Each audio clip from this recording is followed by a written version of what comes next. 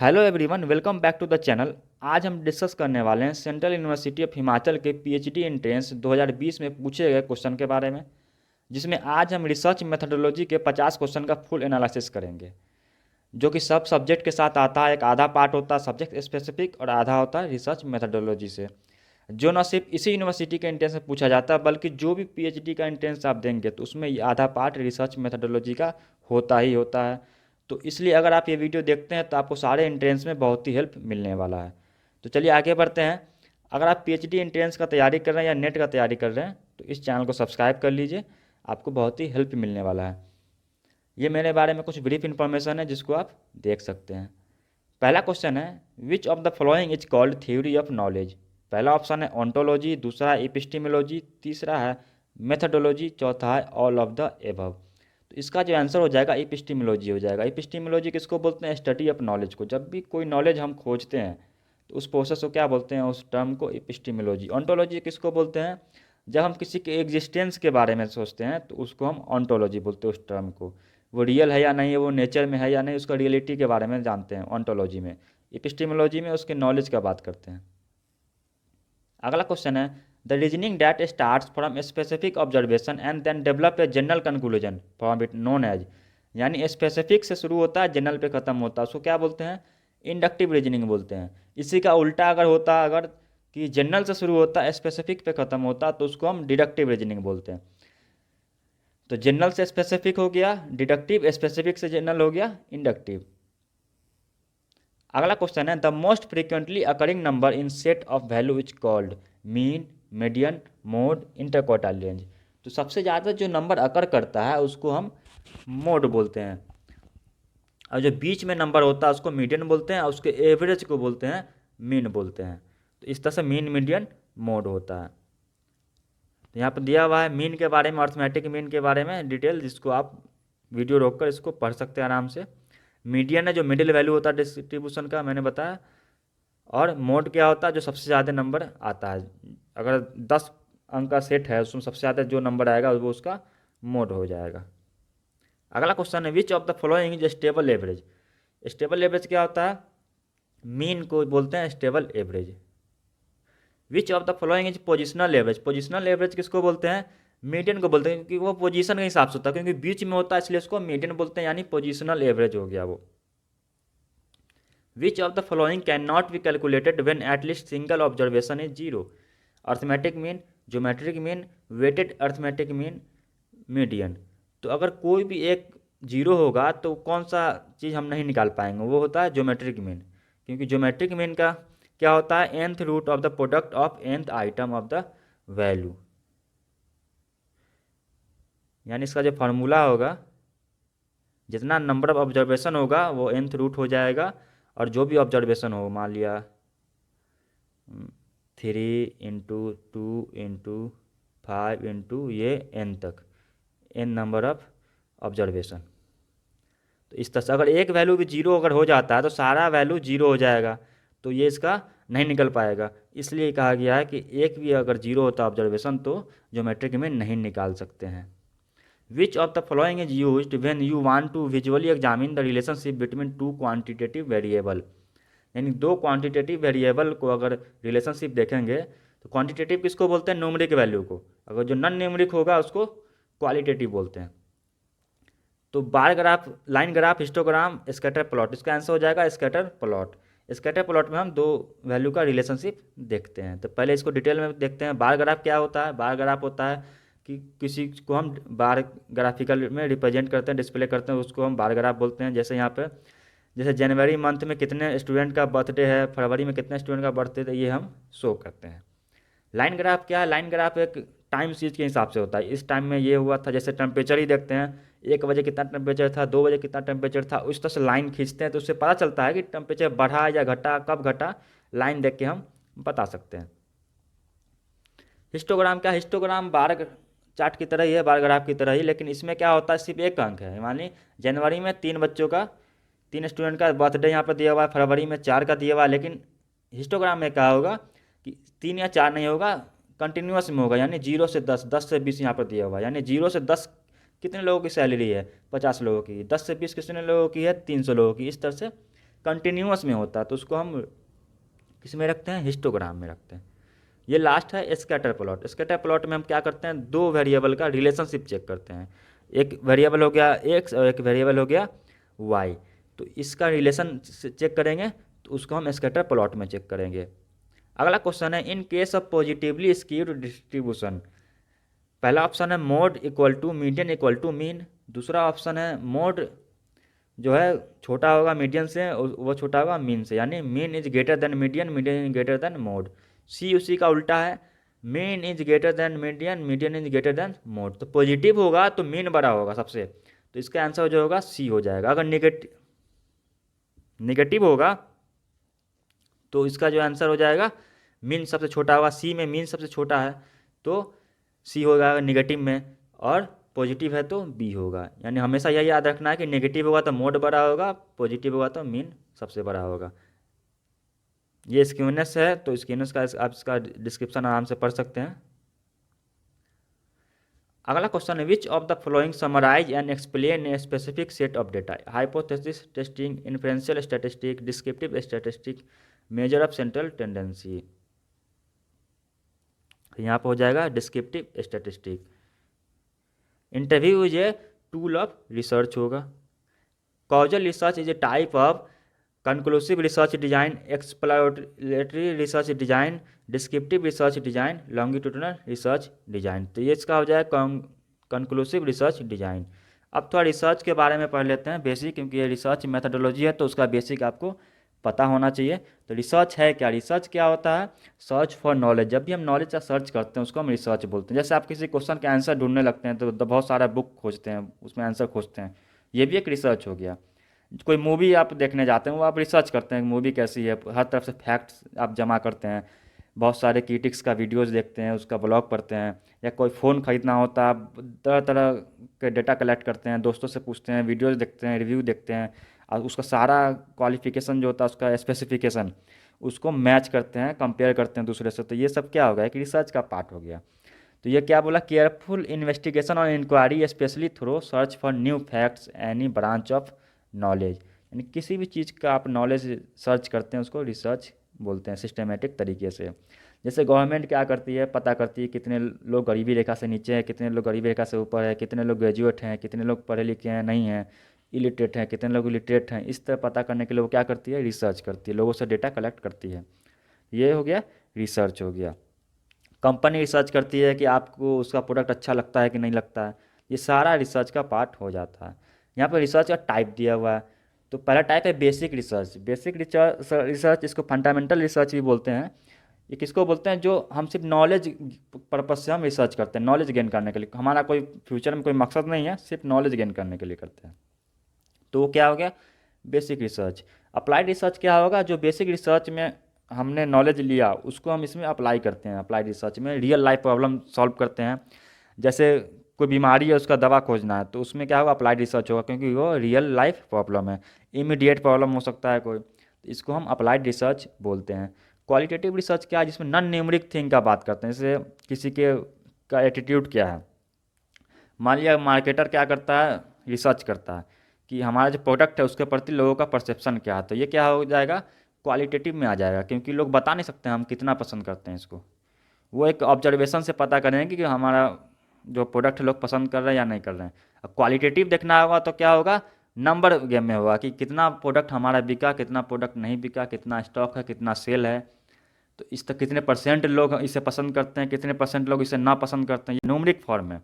Explanatory research क्या होगा, इसमें एक्सप्लेन करते हैं हाउ एंड वाई, क्यों और कैसे हुआ कोई भी चीज़, तो उसमें हम एक्सप्लेन करते हैं। डिस्क्रिप्टिव क्या होगा, aim to accurately and systematically describe a population situation और ए फेनोमेना। जो कुछ हो गया उसको हम डिस्क्राइब करते हैं, क्या हुआ, ये क्यों हुआ ये नहीं बोलते हैं, इसमें क्या हुआ, वाट क्वेश्चन का जो है इसमें आंसर ढूंढते हैं, वाट। अगर कहीं पर वाट लगा हुआ है तो मतलब समझिए वो डिस्क्रिप्टिव है। एक्सपेरिमेंट में क्या करते हैं, हम लोग एक्सपेरिमेंट करते हैं, इसमें क्या होता है, किसी चीज़ का रीज़न पता करते हैं, कोई भी चीज़ हो रहा है वो क्यों हो रहा है। या कभी कभी मान लिया कोई मेडिसिन का एक्सपेरिमेंट होता है, उसको क्या बोलते हैं, एक्सपेरिमेंटल रिसर्च डिजाइन। कोई भी चीज़ हम चेंज करके चेक करते हैं कि ये सिचुएशन चेंज करने पर क्या इफेक्ट पड़ता है किसी चीज़ में, तो वो हो गया एक्सपेरिमेंटल रिसर्च डिजाइन। जैसे वैक्सीनेशन हुआ तो उसका ट्रायल होता है, वो एक्सपेरिमेंट हुआ कि वैक्सीनेशन ट्रायल करने के बाद जिसको भी पहले दिया गया वैक्सीन उसके हेल्थ पर क्या असर हुआ उसको नोटिस करते हैं। पहले कैसा हेल्थ था, बाद में कैसा हुआ, इसको नोटिस करते हैं, तब जाकर फाइनली कंक्लूजन निकालते हैं कि पॉजिटिव इफेक्ट हुआ या नेगेटिव इफेक्ट हुआ। नॉर्मेटिव रिसर्च क्या है? M eight improvement. नॉर्मेटिव में क्या था, ऑलरेडी जो कोई थ्योरी डेवलप हो चुकी होती है उसमें हम कुछ ऐड करते हैं, कुछ नया ऐड करते हैं अपने नॉलेज से। एम्पिरिकल में क्या होता है, ये एक्सपीरियंस के हिसाब से होता है, जो भी हमारा एक्सपीरियंस होता है उस हिसाब से इसको रिसर्च करते हैं, उसको एम्पिरिकल रिसर्च बोलते हैं। अगला क्वेश्चन है, विच type of data has a following characteristic? It is used to gain understanding of the underlying reason and motivation. It has a small number of non-representative case. It is unstructured. It is non-statistical. It develop an initial understanding. तो जब यहाँ पर unstructured आ गया, non statistical आ गया, यानी numeric नहीं है ये, इनिशियल अंडरस्टैंडिंग सिर्फ अंडरस्टैंडिंग का बात हो रहा है, यहाँ पर न्यूमरिक कहीं पे नहीं है, तो इसका मतलब क्या है, ये क्वालिटेटिव रिसर्च हो जाएगा। क्वालिटेटिव का ये पूरा कैरेक्टरिस्टिक है, ये अनस्ट्रक्चर्ड होता है, आप बैठ के किसी के बारे में ऑब्जर्व करते हैं और उसका परसेप्शन बनाते हैं।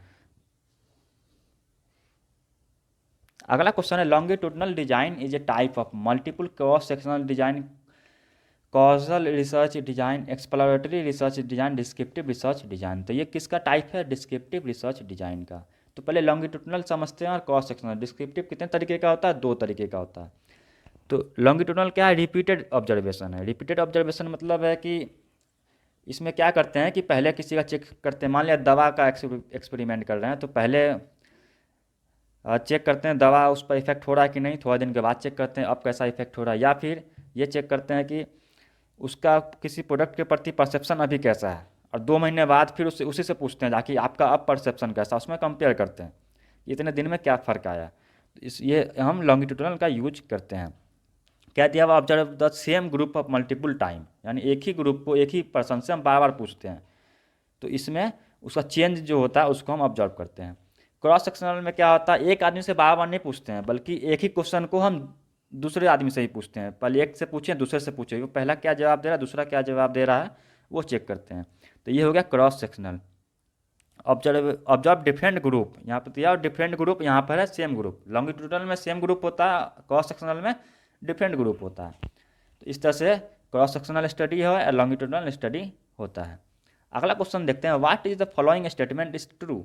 Output of conclusive research is taken as input for exploratory research. Output of longitudinal research is taken as input for causal research. Output of exploratory research is taken as input for conclusive research. तो यहाँ पर मैंने क्या बताया, exploratory में क्या होता है, एक्सप्लोर करते हैं सिर्फ नॉलेज के लिए। तो एक्सप्लोरेटरी रिसर्च कब होता है, जब हमें नॉलेज किसी चीज़ का नहीं होता, आइडिया ही नहीं होता किसी चीज़ का रिसर्च करने का, उसका कुछ आइडिया नहीं है, उसको क्या बोलते हैं, सबसे पहले एक्सप्लोर करते हैं, उसके बारे में बेसिक नॉलेज लेते हैं कि आखिर ये चीज़ है क्या, ये टर्म है क्या, तो उसको हम क्या बोलते हैं, एक्सप्लोरेटरी रिसर्च। तो उसका जो आउटपुट निकलता है, जब हमें हमारे पास नॉलेज हो गया, उसका बेसिक अंडरस्टैंडिंग हो गया, तब हम क्या करते हैं, उसको इनपुट यूज करते हैं कंक्लूसिव रिसर्च में। तो ऑप्शन नंबर सी इसका सही हो जाएगा। अगला क्वेश्चन है, Rajesh was once approach by surveyor with the questionnaire some 6 months back. He was amazed to see that he yesterday was again approach by surveyor with the same set of questionnaire. Research is using which type of research design here. तो मैंने जैसे कि पहले बताया कि इसका जो longitudinal में क्या होता है कि पहले पूछ लिए फिर थोड़ा दिन के बाद फिर पूछने गए, ताकि उसके बीच में जो उसके एटीट्यूड में चेंज आया, उसके आंसर में चेंज आया, उसको हम ऑब्जर्व करते हैं। तो 6 महीने पहले राजेश से पूछा गया था, सेम क्वेश्चनियर को 6 महीने के बाद फिर पूछा गया, तो ये क्या हो जाएगा, लॉन्गिट्यूडनल रिसर्च डिजाइन हो जाएगा। लेकिन अगर सेम क्वेश्चनियर को दूसरे से पूछा जाता, राजेश के पास दोबारा नहीं जाया जाता, तब होता वो क्रॉस सेक्शनल। अगला क्वेश्चन है, response bias will less in which of this design? Cross sectional, longitudinal, causal, exploratory. Research bias क्या, रिस्पॉन्स बायस क्या होता है, जब कोई बंदा जो है अपने हिसाब से सही इन्फॉर्मेशन नहीं देता, उसको जो अच्छा लगता है वो बोल देता है। तो इसमें क्या, क्रॉस सेक्शनल में क्या होता है, एक नहीं दूसरे से पूछते हैं, तो उसमें क्या रिसर्च बायस जो है, रिस्पॉन्स बायस वो कम हो जाएगा, क्योंकि एक बंदा गलत बोलता है अगर, तो दूसरा बंदा तो सही बोलेगा, तो इस तरह से बायसनेस दूर होता है। अगला क्वेश्चन है, मैच द फॉलोइंग से। पहला ऑप्शन है single cross sectional, multiple cross sectional और लॉन्गिट्यूडनल डिजाइन। दूसरी तरफ है one sample survey at multiple time, different sample having same characteristic survey at a different time, one sample survey once only. तो single cross sectional design क्या होगा, one sample survey once only, यानी A का are, यानी एक आदमी जो है उससे हम एक ही बार सवाल करेंगे, वो हो जाएगा सिंगल क्रॉस सेक्शनल। अगर एक ही आदमी से दो बार सवाल करेंगे, 2 महीना बाद 3 महीना बाद, जैसे पिछले क्वेश्चन में मैंने देखा हम लोगों ने राजेश के बारे में, तो वो क्या हो जाएगा, लॉन्गिट्यूडनल हो जाएगा। तो यानी पी जो है वन सैंपल सर्वे मल्टीपल टाइम, तो सी का क्या हो जाएगा, पी, ए का आर, और बी का क्या हो जाएगा, Q, different sample having same characteristic, यानी अलग अलग लोगों से सेम क्वेश्चन पूछेंगे, तो वो हो जाएगा मल्टीपल क्रॉस सेक्शनल डिजाइन। तो इसका जो होगा ऑप्शन नंबर डी जो है सही हो जाएगा। अगला क्वेश्चन है which of the following is true for observational data. तो ऑब्जर्वेशनल डेटा के कौन सा सही है, observational data can only be collected without consumer involvement. Observation data can only be collected with the involvement of respondent. Observational data can be collected either by respondent involvement and non-involvement. Observational data can be collected using a self-reporting questionnaire. तो observation कैसे करते हैं, चुपचाप disturb नहीं करते हैं किसी को, सिर्फ ऑब्जर्व करते हैं। उसमें क्या होता है कि उनका इन्वॉल्वमेंट नहीं होता है, जो भी पार्टिसिपेंट है उनका इन्वॉल्वमेंट जो है नहीं होता, लेकिन कभी कभी बिना इन्वॉल्वमेंट का भी होता है, इन्वॉल्वमेंट भी करवा देते हैं, जैसे कोई एक्टिविटी दे दिए उसको बोल के और उसको ऑब्जर्व करते हैं, तो ये हो गया उसका इन्वॉल्वमेंट से। विदाउट इन्वॉल्वमेंट का मतलब उसको बिना बताए चुपचाप इसको ऑब्जर्व कर रहे हैं, तो इसका जो ऑप्शन नंबर सी जो होगा सही हो जाएगा। अगला क्वेश्चन है panel is related to which of the following research design, exploratory, cross sectional, longitudinal, causal. इसका जो आंसर हो जाएगा लॉन्गिट्यूडनल। अगला है cohort is was associated with which of the following research design, single cross sectional, multiple cross sectional, exploratory research design, causal research design. इसका answer हो जाएगा multiple cross sectional design. तो अब तो आपको पूरा समझ में आ गया होगा कि मल्टीपल क्रॉस सेक्शनल क्या है, लॉन्गिट्यूडनल क्या है। Validity research state that research hypothesis is good, research justification is appropriate, research conclusion is derived from appropriate method, research is empirically based. इसका जो आंसर हो जाएगा research conclusion is derive from appropriate method, यानी जो भी research है उसको proper method से उसको एनालिसिस करके जो हम रिजल्ट देंगे उसका वैलिडिटी ज़्यादा अच्छा होगा। ऑप्शन नंबर सी इसका सही होगा।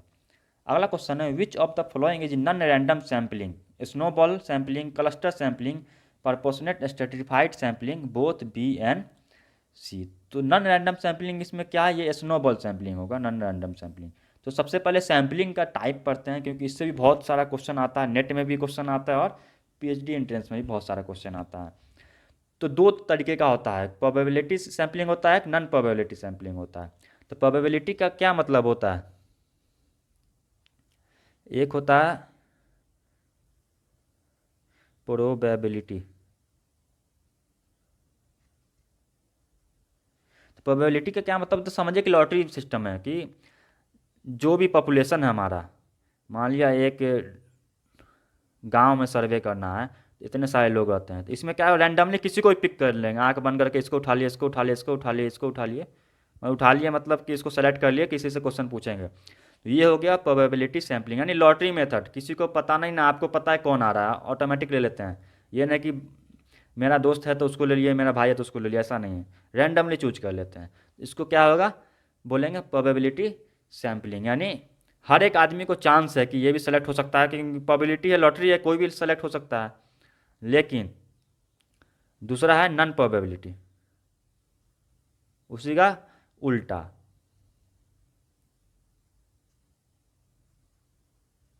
तो नॉन प्रोबेबिलिटी में क्या होता है कि हम पहले से डिसाइड करते हैं कि किसको लेना है किसको नहीं लेना। मान लिया इतने सारे लोग हैं, लेकिन हमें लगता है कि नहीं ये इस क्वेश्चन के लिए सही नहीं, इसको जवाब नहीं दे पाएगा सही, या कुछ भी लगा कि ये इससे रिलेटेड ही नहीं है, पहले से सोच लेंगे। अब मुझे लगा ये रिलेटेड है, ये रिलेटेड है, इसको सेलेक्ट कर लेंगे ऐसे ही। ये क्या हो जाएगा, इसको चांस ही नहीं मिला ना, कि ये तो पहले ही आप डिसाइड कर लेंगे इसको नहीं लेना, इसको नहीं लेना, तो इसको चांस ही नहीं मिला, तो ये होगा नॉन प्रोबेबिलिटी। ये लॉटरी मेथड नहीं है, पहले से चुन के देख के उसका शक्ल देख के सेलेक्ट कर लेते हैं, ये होगा नॉन प्रोबेबिलिटी सैम्पलिंग।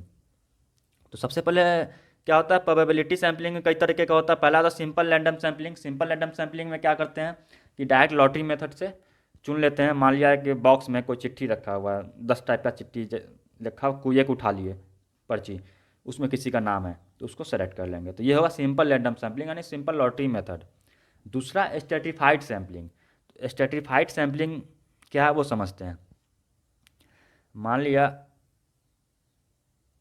हम्म, मान लिया ये मेन है, ये वुमेन है, ऐसे इसको नहीं समझते हैं। मान लिया ये है एक गांव, इसमें मेन भी है, वुमेन भी बहुत सारे हैं, चिल्ड्रेन भी है, ओल्ड पीपल भी है। तो इसको क्या करेंगे, सबको अलग अलग बांट देंगे, मेन, वुमेन, चिल्ड्रेन और ओल्ड पीपल मान लिया। इसमें क्या करेंगे, इसको क्या बोलते हैं, होमोजीनियस जो डेटा होगा उसको एक साथ कर, जैसे मेन है सब होमोजीनियस है, सब मेन है, इसमें वुमेन सब होमोजीनियस है। तो होमोजीनियस जहाँ आएगा वर्ड को ध्यान रखना है, वो किससे रिलेटेड होगा, स्ट्रेटिफाइड सैम्पलिंग से रिलेटेड होगा। इससे क्वेश्चन बहुत आता है, इसको हमेशा याद रखना है।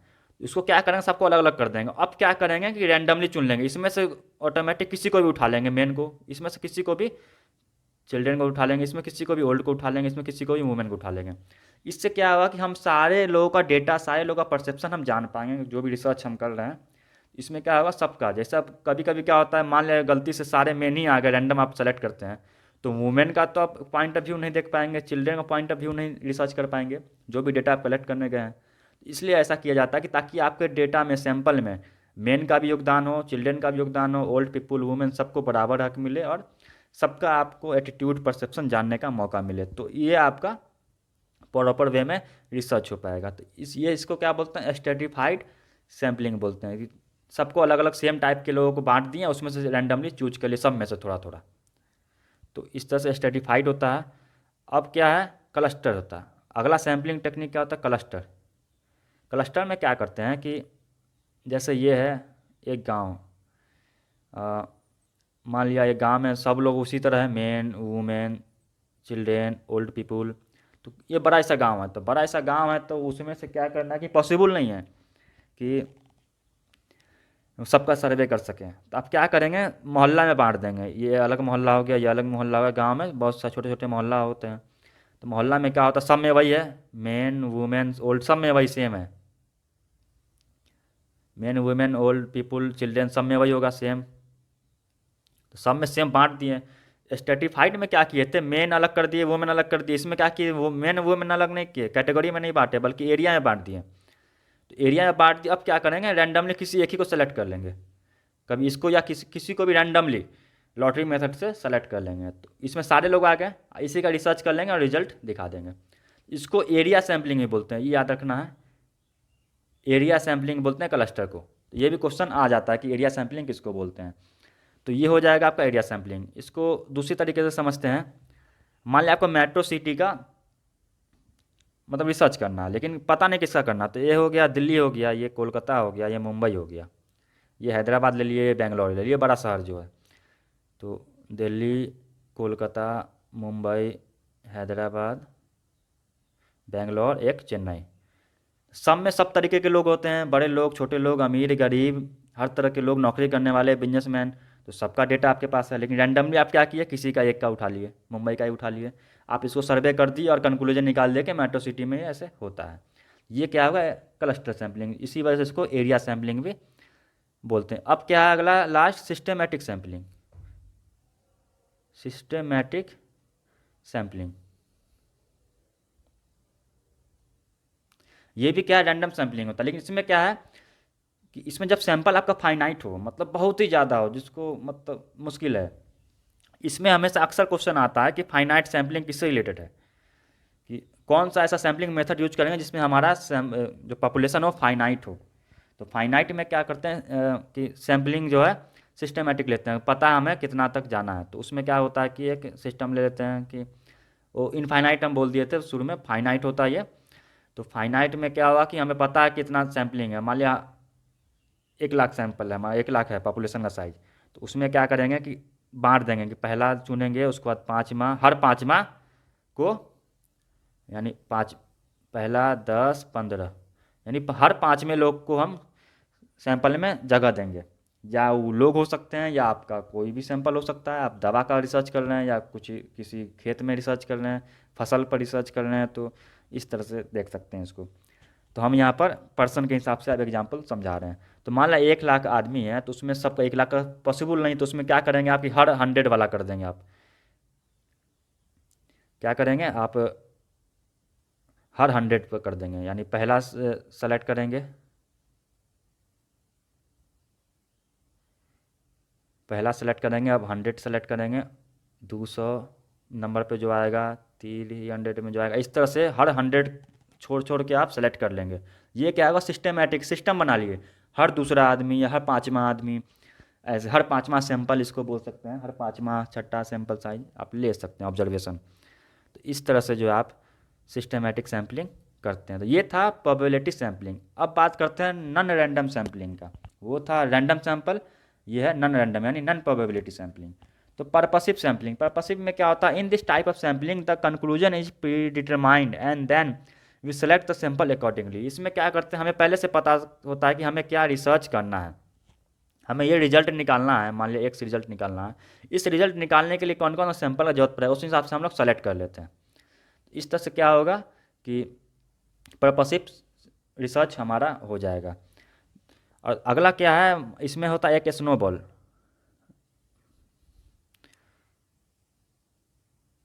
स्नोबॉल सैम्पलिंग, स्नोबॉल में सैम्पलिंग में क्या होता है कि जैसे गए आप किसी का, मान लिया एड्स का बीमारी का रिसर्च करने, तो किसी को पता नहीं होता ना एड्स किसको, या कैंसर के बारे में, या कोई भी सीक्रेट चीज़ के बारे में, या किसी आउटर एरिया में चले गए गाँव में जिसके बारे में आपको पता ही नहीं है।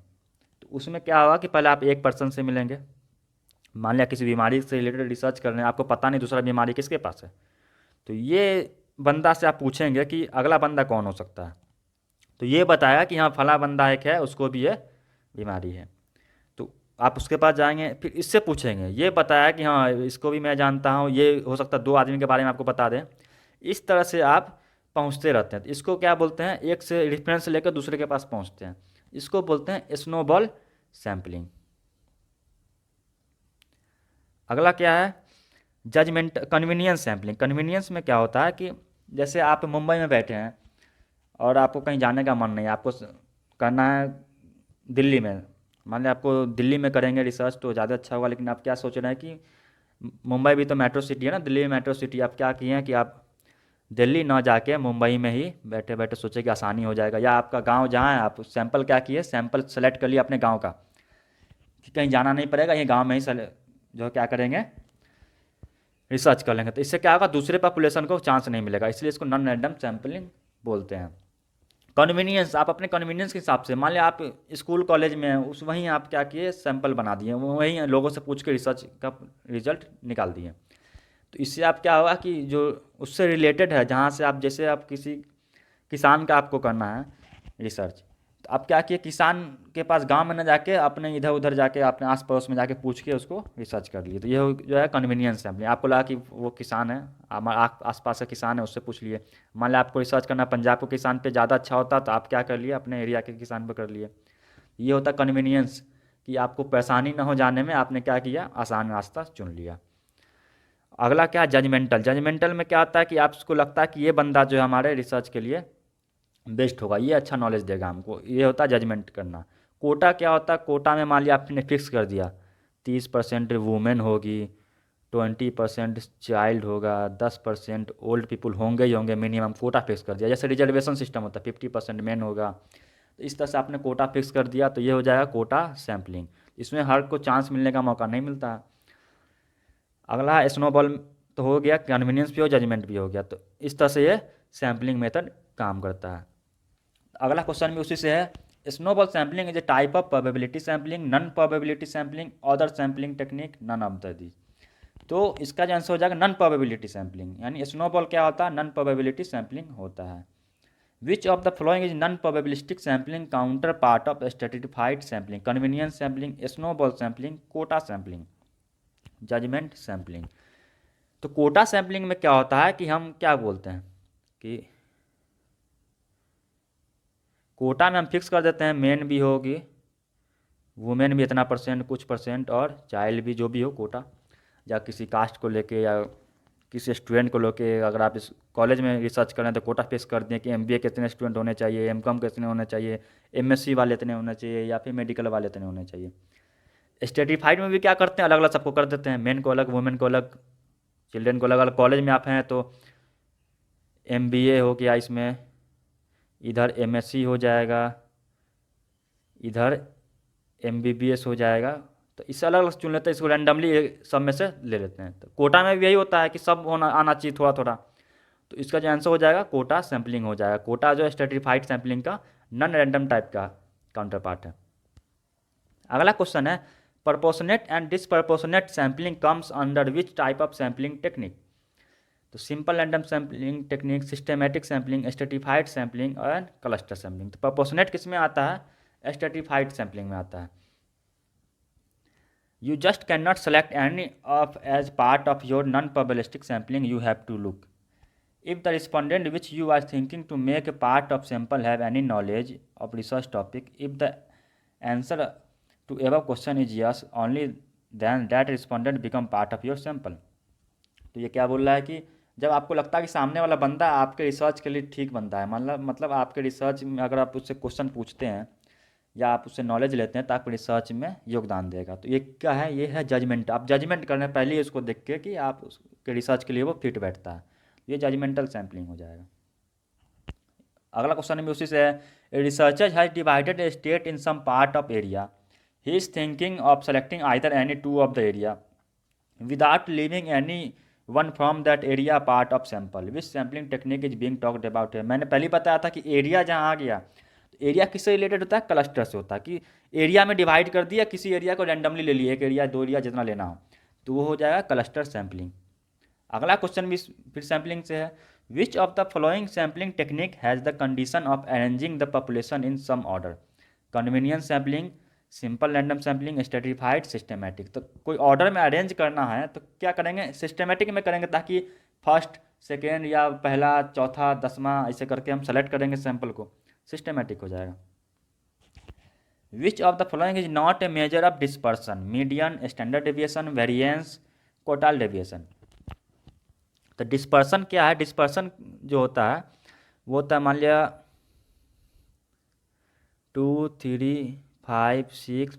तो ये जो ऑब्जर्वेशन है ये आपस में कितना डिफरेंट है एक दूसरे से, ये चेक करते हैं, या फिर ये मीन से एवरेज से कितना डिफरेंट है। तो ये जो चेक करते हैं इसको हम डिस्पर्सन बोलते हैं। तो स्टैंडर्ड डेविएशन में डिस्पर्सन होता है, वेरिएंस भी होता है और क्वार्टाइल डेविएशन। नॉट पूछ रहा था, नॉट तो मीडियन आप जानते हैं कि बीच वाला जो होता है उसको मीडियन बोलते हैं। तो ये तो डिफरेंस बता नहीं रहा है, तो ये जो है मीडियन इसका आंसर हो जाएगा। तो यहाँ पर मेजर ऑफ डिस्पर्सन का पूरा एक्सप्लेनेशन दिया हुआ, आप इसको आराम से पढ़ सकते हैं। तो रेंज होता है, रेंज में क्या होता है, रेंज में हम क्या करते हैं कि लोएस्ट वैल्यू और हाईएस्ट वैल्यू को माइनस कर देते हैं, वो उसका डिस्पर्सन निकल जाएगा, कितना रेंज है उसका। इंटर क्वार्टाइल है, स्टैंडर्ड डेविएशन, इस तरह से हम डिस्पर्सन निकालते हैं, लॉरेंज कर्व है। अगला क्वेश्चन है which of the following method is use to establish cause and effect relationship between variables. पहला है वेरिएंस, दूसरा है क्वार्टाइल डेविएशन, तीसरा है कोरिलेशन, चौथा है रिग्रेशन। इसका आंसर हो जाएगा रिग्रेशन हो जाएगा, क्योंकि यहाँ पर हमेशा ध्यान रखना है कि काउज एंड इफेक्ट जब भी पूछेगा तो वहाँ पर क्या हो जाएगा, रिग्रेशन हो जाएगा। इसी के जगह पर काउज एंड इफेक्ट की जगह पर अगर एसोसिएशन लिखा होता, एसोसिएशन, तो एसोसिएशन अगर लिखा होता तो यहाँ पर हमारा आंसर होता कोरिलेशन। लेकिन काउज एंड इफेक्ट रिलेशनशिप है तो उसका मतलब होता है रिग्रेशन।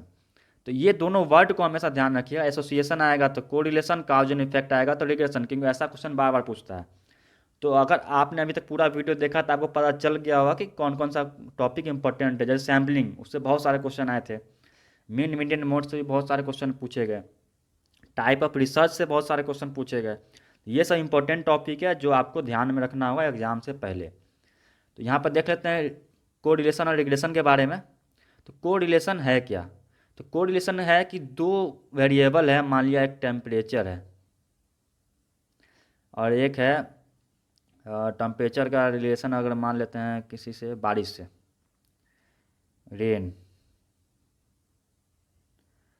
रेन हाई होगा, ज़्यादा होगा, टेम्परेचर लो होगा। कॉमन सी बात है, ज़्यादा बारिश होगा तो टेम्परेचर थोड़ा सा लो होता है, गर्मी कम होती है। ठंड के टाइम में रेन हो जाए तो और भी टेम्परेचर लो कर देता है, ठंड बढ़ जाता है।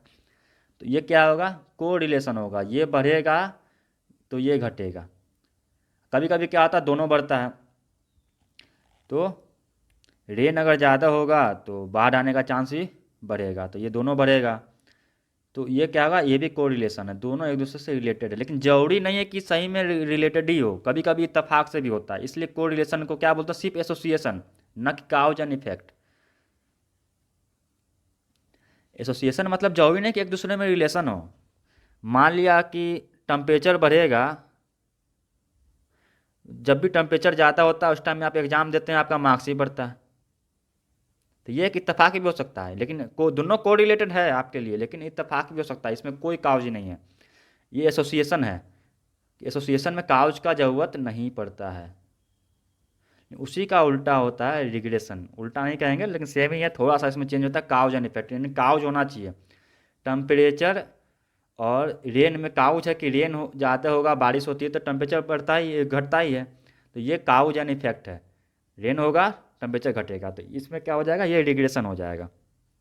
अब देखते हैं कि इससे पॉजिटिव और नेगेटिव दोनों में होता है।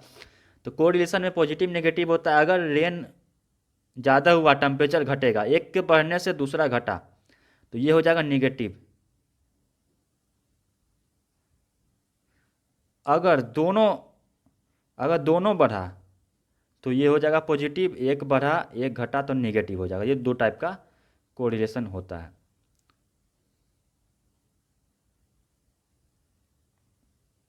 हम्म, तो यहाँ पर कोरिलेशन और रिग्रेशन का पूरा डिटेल दिया हुआ है, इसको आप डिटेल में पढ़ सकते हैं। तो इसका एक और चीज़ बताना भूल गए, इसका जो होता है, जो वैल्यू 1 से लेके 1 तक होता है, यानी -1.01 भी नहीं हो सकता, ना ही 1.2 या 3 कुछ भी नहीं हो सकता, लास्ट इसका 1 है। तो जितना परसेंट से ये बढ़ा उतना ही परसेंट से ये भी बढ़ेगा तो 1 आएगा, जितना परसेंट से ये बढ़ा उतना ही परसेंट से ये घटेगा तो -1 हो जाएगा कोरिलेशन। अगर ये ज़्यादा परसेंट से बढ़ा, ये थोड़ा कम परसेंट से घटा, तो पॉइंट में आ जाएगा कोरिलेशन 5 या 6 जो भी हो, 5 6 जो भी आ जाएगा। तो ये इसका मैक्सिमम है। अगर -1 या 1 है तो बहुत ही स्ट्रांग कोरिलेशन माना जाता है। जैसे जैसे कम होगा वो स्ट्रांगनेस उसका कम होता जाएगा, वीक की तरफ जाएगा। ये इसका कोरिलेशन का वैल्यू इस तरह से हम निकालते हैं।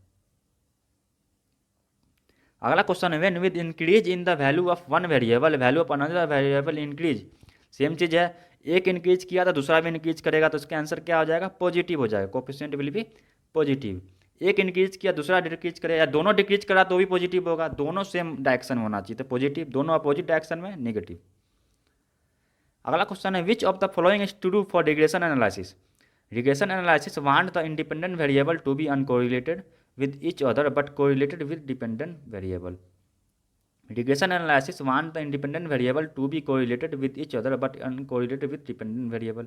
ये भी नहीं होगा। Regression analysis with want the independent variable to be uncorrelated with each other and want dependent variable. Regression analysis want the independent variable to be correlated with each other and dependent variable. यानी इसका D answer सही हो जाएगा। Which of the following technique is used to make various qualitative thing in term of measurable? Scaling technique, graphical technique, pie chart technique, none of the above. इसका answer हो जाएगा scaling technique हो जाएगा। Scaling technique क्या है, scaling technique is method to placing respondent in continuation of gradual change in the pre assigned value. यानी जो भी हम वैल्यू लिखते हैं उसको स्केल में लिखते हैं, जैसे सिंबल हो गया, नंबर हो गया, उसको हम रिसर्च में यूज करते हैं। तो स्केलिंग कितने टाइप का होता है, नॉमिनल स्केल होता है, रेशियो, ऑर्डिनल और इंटरवल स्केल। तो सबको देखते हैं नॉमिनल क्या होता है। नॉमिनल में जैसे होता है कि कैटेगोरिकल स्केल इसको भी बोलते हैं, जैसे कैटेगरी बोल सकते हैं, जहाँ पर कैटेगरी वर्ड आ गया वहाँ पर आप नॉमिनल का यूज कर सकते हैं, नॉमिनल में टिक मार्क करके आ सकते हैं।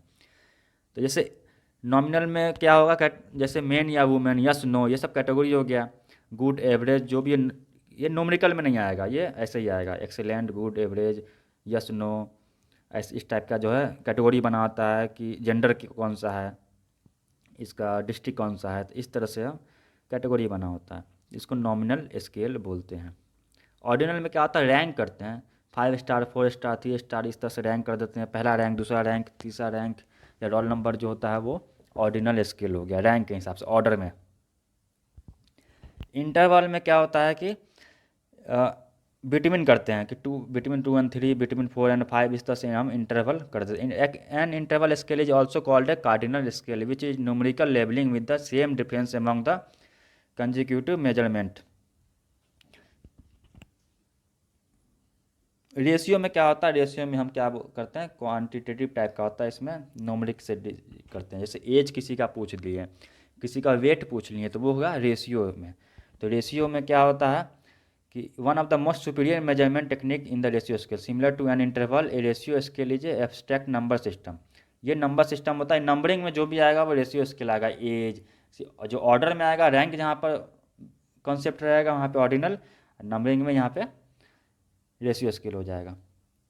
एक होता है लाइकर्ट स्केल। लाइकर्ट स्केल में क्या होता है कि जैसे अब बहुत सारा क्वेश्चन आपको आता होगा आजकल मोबाइल कंपनी ऑपरेटर की तरफ से, या कोई प्रोडक्ट आपने परचेज किया उसकी तरफ से, कि आप कितना मतलब दूसरों को आप ये इस प्रोडक्ट रिकमेंड करेंगे, यानी कितना % चांस है या कितना चांस है कि ये प्रोडक्ट आप दोस्तों को रिकमेंड करेंगे। उसमें दिया होता है strongly, disagree, neither agree, not disagree, agree, strongly agree, इस टाइप का क्वेश्चन होता है, आंसर होता है ऑप्शन, उसमें आपको लगाना है। या कितना सेटिस्फाइड है, या प्रोडक्ट ये अच्छा है, कितना मानते हैं कि ये प्रोडक्ट अच्छा है, तो आपको ये ऑप्शन दे देगा।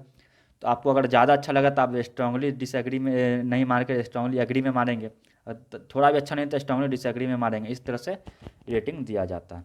अगला है समेटिव डिफरेंशियल स्केल। ये क्या है, ये bipolar 7 point non comparative scale. ये एक ही डायमेंशन में है, 2 डायमेंशन में दिया हुआ है। सारा उसका फीचर दिया हुआ है, फीचर के हिसाब से आप जो है सब में मार्क्स लगाते हैं कि ये फीचर आपको अच्छा लगा, ये फीचर अच्छा नहीं लगा। एक होता है स्टेपल स्केल। इसमें क्या होता है, +5 से -5 तक दिया हुआ होता है।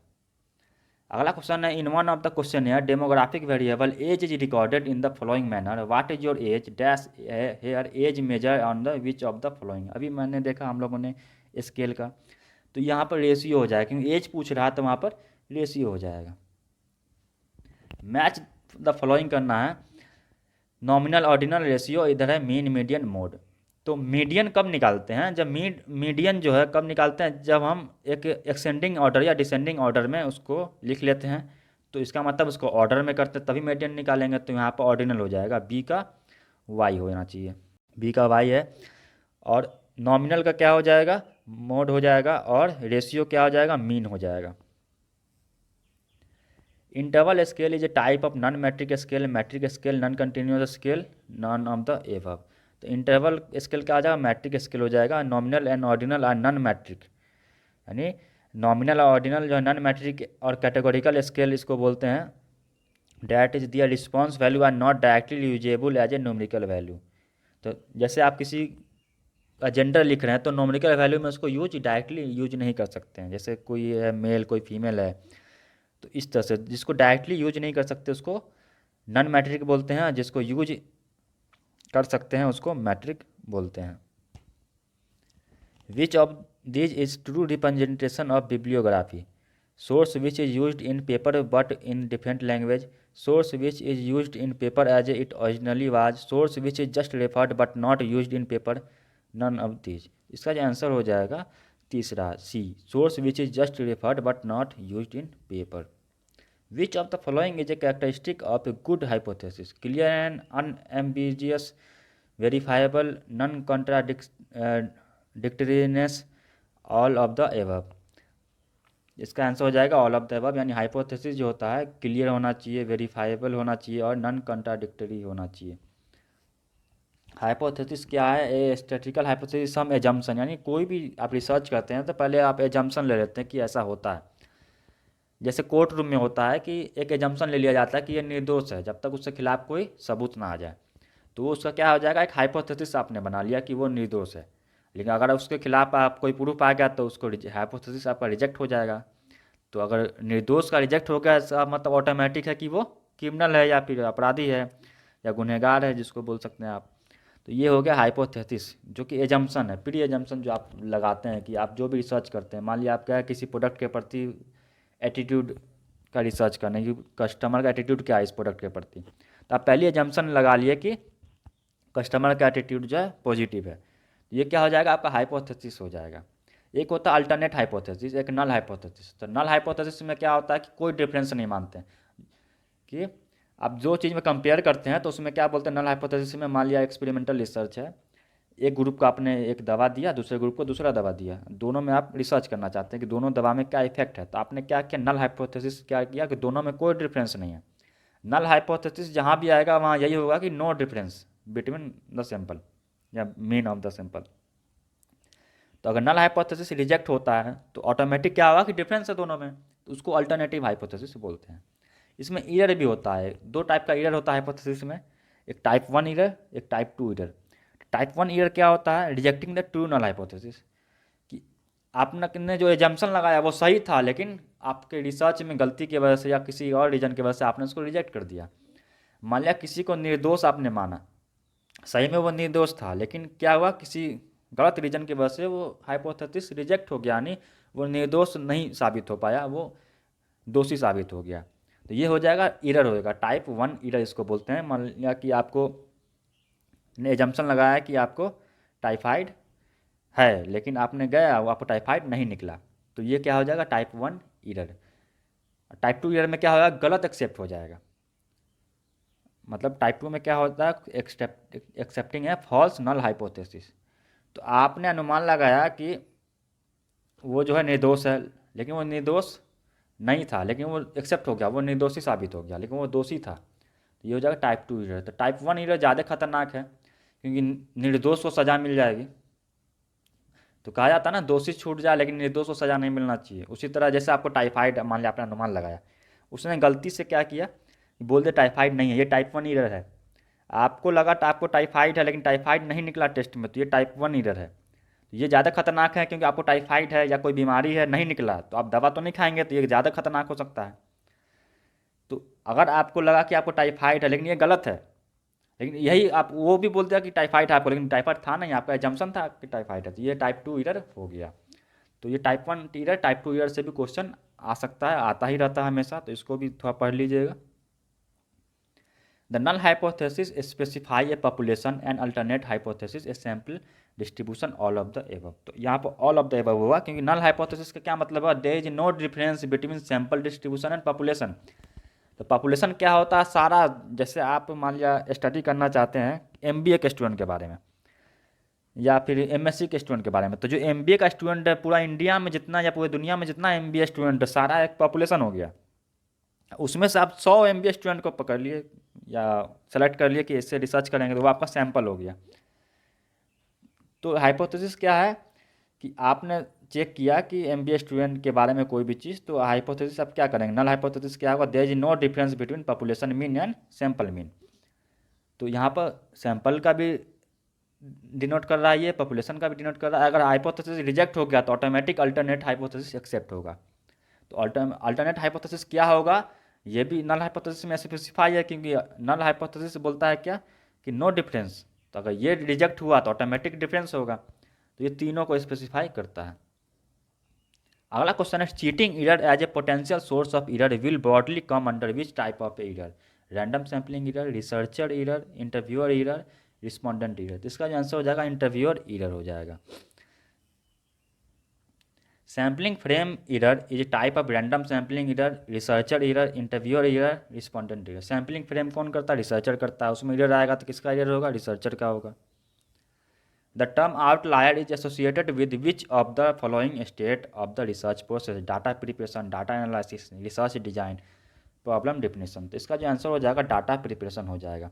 आउटलायर क्या होता है समझते हैं। जब भी आप कोई डेटा बनाते हैं, मान लिया कोई एक प्रोडक्ट है, तो उसका सेटिस्फैक्शन लेवल मान लिया किसी पर्सन का 3 है, किसी का 4 है, फिर किसी का 3 है, किसी का 4 है, और कोई मान लें यहाँ पर -5 दे दिया। तो नॉर्मल यहाँ पर तो बराबर आ रहा है, कहीं 5 होगा, नॉर्मल 5 कहीं पर 1 भी हो सकता है, लेकिन ये -5 कुछ ज़्यादा ही दूर हो गया। तो इसको अगर ग्राफ में करेंगे तो ऐसे ऐसे आता रहेगा, आउटलायर यहाँ पे आ जाएगा या यहाँ पे आ जाएगा, कहीं पे आ जाएगा, मतलब नॉर्मल जो डेटा है उससे लिंक से हट के आ जाता है वो, तो उसको आउटलायर बोलते हैं। जैसे आप इस तरह समझ सकते हैं कि विराट कोहली ने किसी में 50 मारा, किसी में 51, किसी में 100, किसी में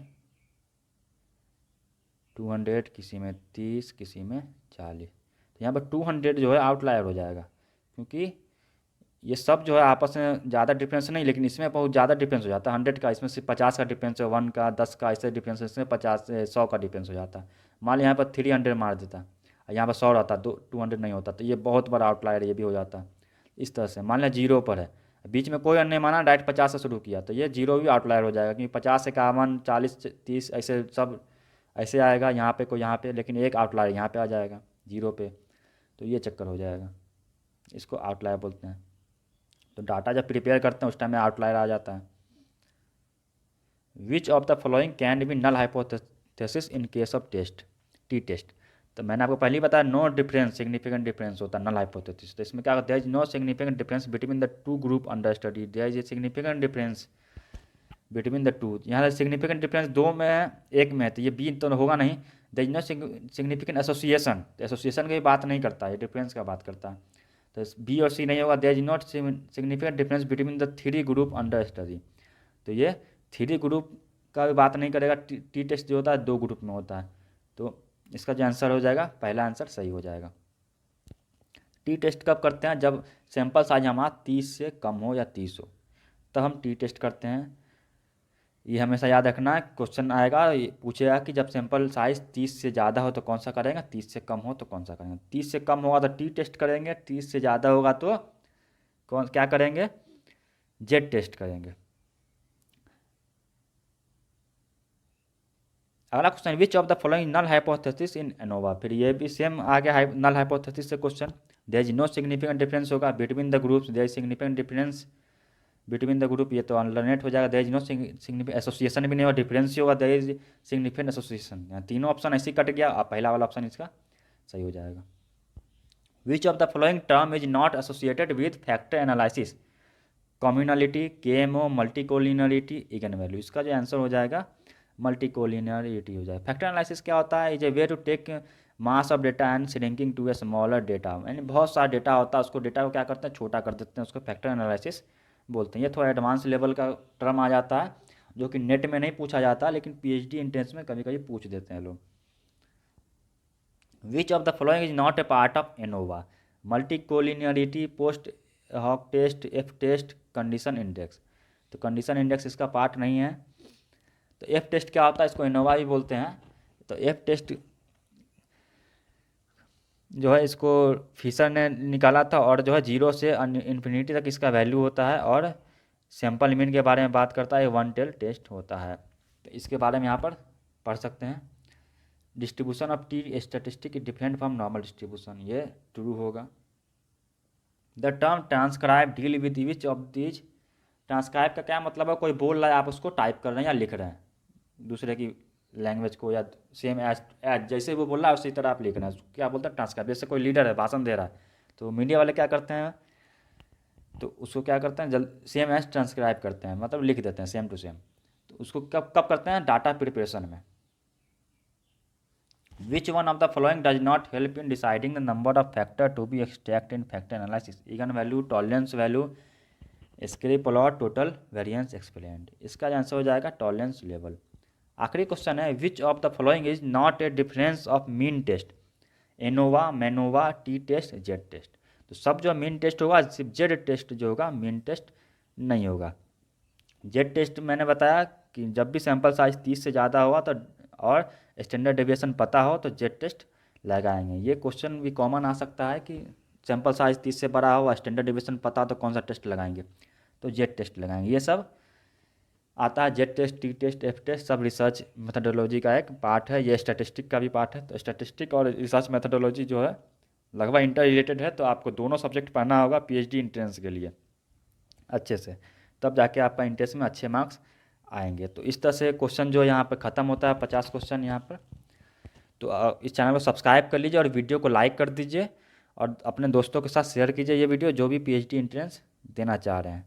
आप हमें इंस्टाग्राम पर भी फॉलो कर सकते हैं। मिलते हैं आपसे नेक्स्ट वीडियो में एक नए टॉपिक के साथ। धन्यवाद।